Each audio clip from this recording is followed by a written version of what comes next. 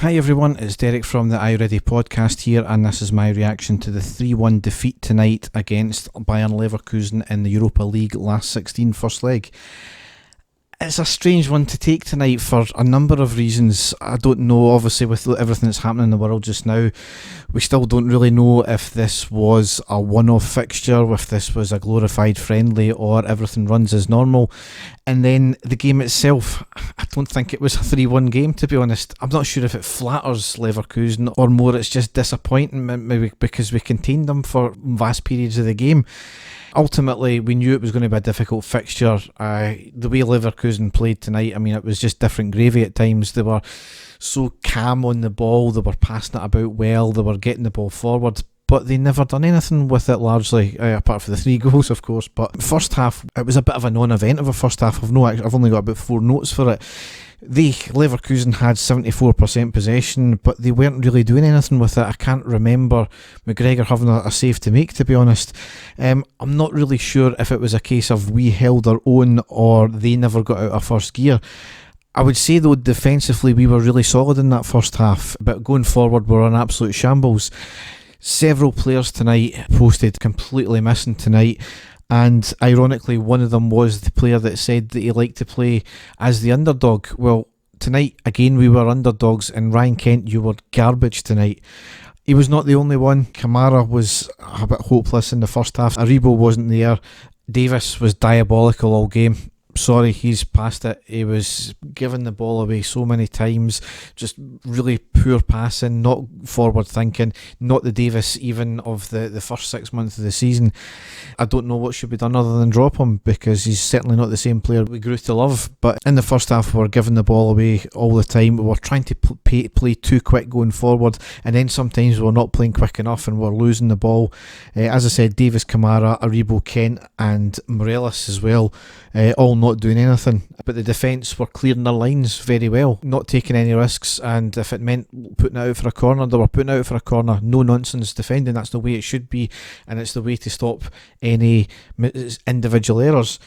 However, there was an individual error on the 34th minute where Leverkusen tried to cross, it hit off the arm of Edmondson, who put his arm up in the box for some reason when he was jumping. Yes, there's an element of you've got to raise your hand, but he raised it in a stupid way, and you know, it was not initially given. I'd never seen many Leverkusen players claim for it, but there was a VAR check. After a lengthy VAR check, the referee had to even go over and see the monitor, and he duly gave the penalty.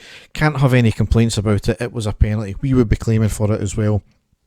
And that's VAR in action. We've been calling for it this season, and you're going to get some, and you're not going to get some when it comes to VAR. And when it comes to that, a decision, as much as we don't like that new handball rule, at least it would be even there. There certainly was a claim for a handball just before that. Edmondson was facing goal. He knocked he headed the ball backwards, and it appeared to hit off.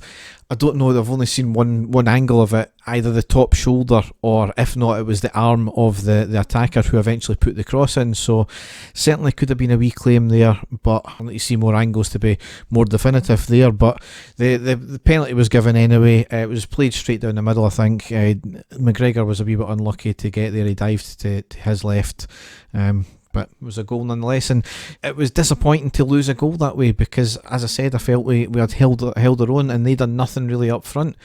So really disappointing. Into the second half, we made a sub very quickly, and it changed their fortunes. Certainly in the 53rd minute, Aribo came off and Kamberi came on, and once again he came on and largely turned the game. We started playing very well from that point. We were getting forward more often, we were having a good amount of possession, we were retaining the ball, we were passing better. Just something clicked in that second there. And probably the best chance of the game at that point for us was in the 54th minute, where it was a lovely quick move through the middle with Tavernier. Tavernier plays a great weighted ball through to Morelos into the box, who takes it first time and forces a great save by the keeper at the near post from quite a close distance, and he put it out for the corner. That was Morelos of old there, getting onto the ball and hitting a quick shot and really forcing a good save from the keeper. Unlucky there. However, we were on the ascendancy. We were probably having our best spell at this moment, and then we went 2-0 down on the 66th minute. I think it was a short corner. The ball was whipped in from the right. It was a good clearance by Tavernier, more or less off the line, I kind of thought. It was certainly going in.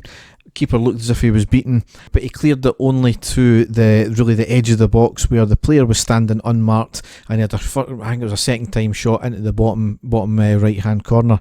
McGregor couldn't have done anything about it, but once again, nobody marking up.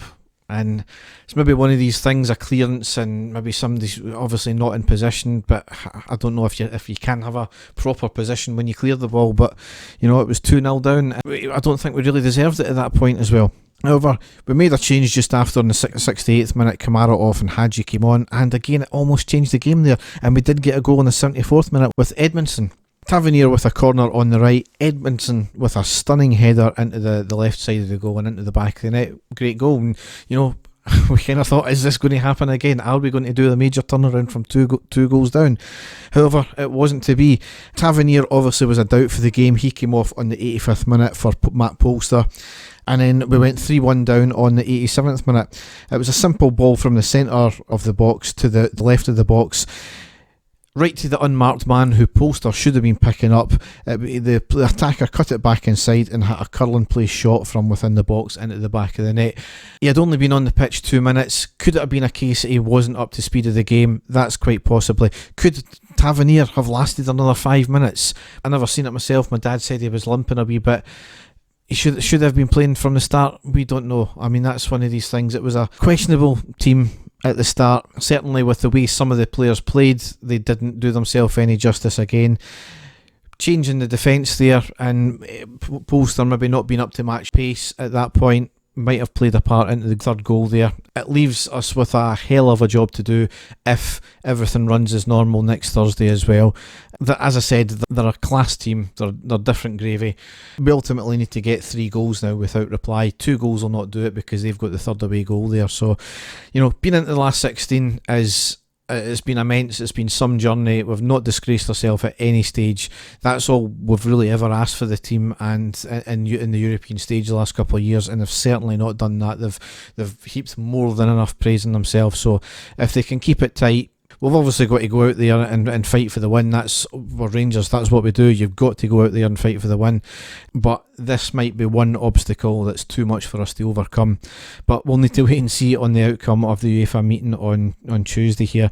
Obviously, we've got the next big game coming up. It's the game against Celtic at Ibrox on Sunday. Still going ahead as per what's been said in the media. We'll wait and see if there's any significant changes to that at the weekend. I'll be back with a post-match if that game goes ahead. Dave and I were meant to be trying to record tomorrow, but he's still got the lurgy. He hasn't got the coronavirus, so let me rest assured that's not the case. But if he's better by Monday, certainly we'll do a pod on Monday. That'll be the last chance I've got to edit it as well before I go on holidays. So as I said, I'll be back on Sunday after the game. Hopefully everybody's staying safe out there. Obviously people's health comes before football. There's a lot can still happen over the next couple of days, obviously, so we'll just need to wait and see, and as I said, hope everyone stays safe. So thanks for listening and bye.